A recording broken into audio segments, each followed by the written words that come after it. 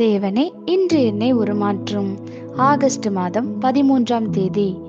வினாடியில் வீணாய் போனது. எரேமியா 18:4. குயவன் வனைந்து கொண்டிருந்த மண்பாண்டம் அவன் கையிலே கெட்டு போயிற்று. வாசிக்க வேண்டிய பகுதி எரேமியா 18ஆம் அதிகாரம் 1 முதல் 6 வரை. கர்த்தரால் எரேமியாவுக்கு உண்டான வசனம்: நீ எழுந்து குயவன் வீட்டிற்கு போ, அங்கே என் வார்த்தைகளை உனக்கு தெரிவிப்பேன் என்றார். அப்படியே நான் குயவன் வீட்டிற்கு போனேன். இதோ, அவன் திரிகையினாலே வனைந்து கொண்டிருந்தான். குயவன் வனைந்து கொண்டிருந்த மண்பாண்டம் அவன் கையிலே கெட்டு போயிற்று.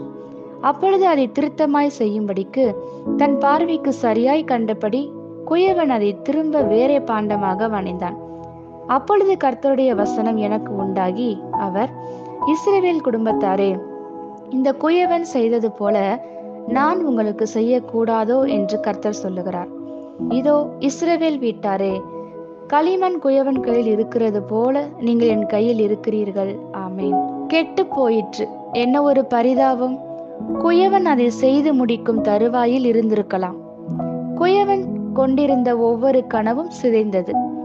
பல ஆண்டுகளாக குயவன் கவனமாக போட்ட திட்டமெல்லாம் முடிவுக்கு வந்தது. குயவன் மேற்கொண்ட எல்லா சாமர்த்தியமான முயற்சிகளும் வீணாய் போனது.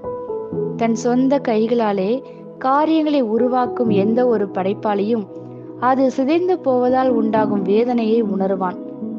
மிக பெரிய படைப்பாளியான ஐசக் நியூட்டன் அவர்கள் தன்னுடைய ஆராய்ச்சியின் அறிக்கைகள் எல்லாம் தன்னுடைய செல்ல நாயால் தீக்கிரையாகி சாம்பலான போது அவர் கொண்டிருந்திருக்கும் உணர்வை போன்றது இது.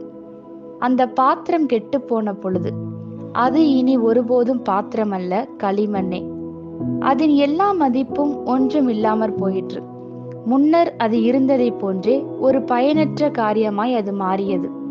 தன்னுடைய வாழ்வில் தேவ சித்தத்தை இழந்த மனிதனை பார்ப்பது எவ்வளவு பெரிய வேதனை! ஏன்? கீழ்ப்படியாமை, ஆவியானவருக்கு உணர்வற்று வாழ்தல், சுய சித்தம் மற்றும் உலகப்போக்கில் வாழ்தலே. இதுதான் ஏசா, சவுல் மற்றும் யூதாஸின் வாழ்வில் நடைபெற்றது. நம் வாழ்வில் சில காரியங்களில் நாம் இன்னும் மனம் திரும்பி சீர்படாமல் இருக்கலாம். அதனால் நம் வாழ்வு மிகவும் பாதிக்கப்படாமலும் இருக்கலாம். ஆனால் அவை தேவனுடைய திட்டத்தை முழுமையாக சீர்குலைத்துவிடும்.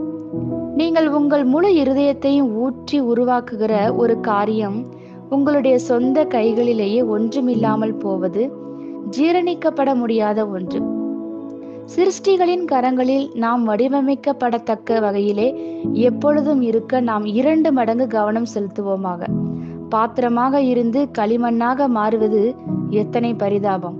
பாத்திரமாக இருப்பது அழகும் நோக்கமும் பெற்றிருப்பது, களிமண்ணாக இருப்பது பயனற்ற நோக்கமற்ற வாழ்க்கை. நம்மில் ஒருவருக்கும் இது நடைபெற வேண்டாமே. ஆமேன். இந்த வார்த்தைகளினால் நீங்கள் ஆசீர்வதிக்கப்பட்டீர்கள் என்று நாங்கள் நம்புகிறோம்.